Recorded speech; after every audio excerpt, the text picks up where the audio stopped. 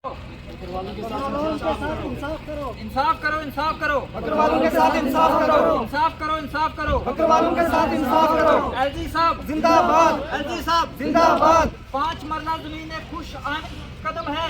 पहले तो मैं मीडिया का बहुत ज़्यादा शुक्रगुजार हूँ कि जिन्होंने यहाँ पे आया और हमारी बात सुनी। मैं ट्राइबल बकरवाल कम्युनिटी से ताल्लुक़ रखता हूँ। मैं एक सोशल एक्टिविस्ट हूँ। हमेशा मैं आवाज़ बुलंद करना चाहता हूँ, करता रहता हूँ।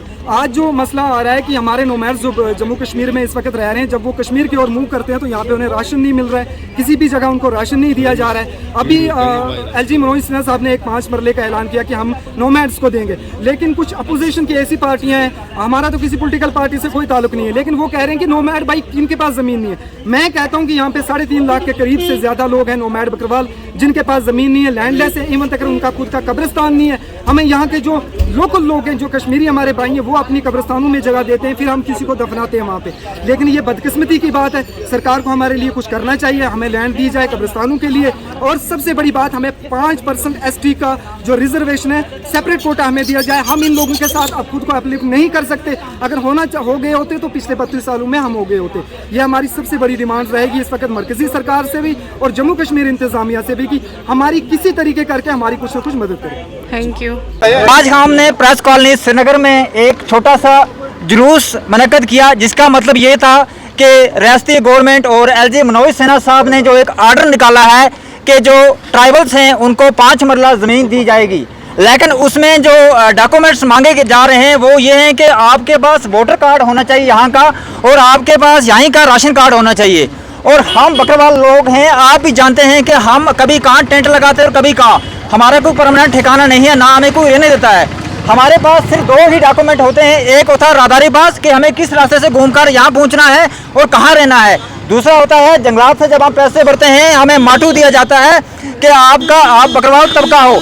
और 2 डॉक्यूमेंट राहदारी पास और माटू पास को कंसीडर करके हमें भी 5 मरला ज़मीन का जो हक है दिया जाए, क्योंकि बाकी हमारे पास कोई डॉक्यूमेंट नहीं है। हम मनोज सिन्हा साहब की जितने भी ये इस चीज़ की तारीफ़ करें, उनका शुक्रिया अदा करें, बहुत कम है।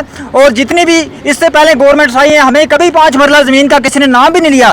चलो आज एलजी साहब ने अगर 5 मरला ज़मीन का बोला है, हमें एलजी साहब से गुजारिश है कि हमें ये जो ग्राउंड पे इम्प्लीमेंट करके हम बकरवाल कम्युनिटी, एलजी साहब को पता है कि 4,80,000 बकरवाल कम्युनिटी है, इस तबके को लैंडलेस है, बिल्कुल इनके पास कुछ नहीं है, खाली माल मवेशी है, कुछ नहीं रहने के लिए, इनको जगह दी जाए। दूसरा हमारा मुतालबा ये है कि जो हमारी रिजर्वेशन है, एसटी रिजर्वेशन में बाकी जो हमारे साथ जितने भी कम्युनिटी हैं वो आज डेवलप हो चुकी हैं। ओनली बकरवाल कम्युनिटी, आपने देखा होगा रास्ते में टेंट और ये माल जाता हुआ श्रीनगर चौक से, इस कम्युनिटी को आज तक शेड्यूल्ड ट्राइब का कोई भी फायदा नहीं हुआ और कोई भी हमारा आज तक IAS या KAS या इस सर्विसेज में नहीं पहुंच सका। उसके ना पहुंचने की एक ही वजह है कि हमारे पास कोई स्कूलिंग भी नहीं है।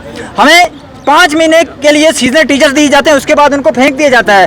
वो टीचर्स भी परमानेंट की जाए कि हमारे बच्चों को पढ़ाएं, हम भी बाकी कम्युनिटी के साथ कंपटीशन करके दुनिया की भाग दौड़ में आगे हो सकें। और जो हमारी रिजर्वेशन है, हमें 5% अलग से रिजर्वेशन दी जाए कि हम भी उन स्कीमों का फायदा उठा सकें। हम लोग कंपटीशन नहीं कर सकते। इंसाफ करो, इंसाफ करो, बकरवालों के साथ इंसाफ करो। बकरवाल कौम जिंदाबाद, बकरवाल कौम जिंदाबाद, ट्राइबल कौम जिंदाबाद, नोमैड कौम जिंदाबाद।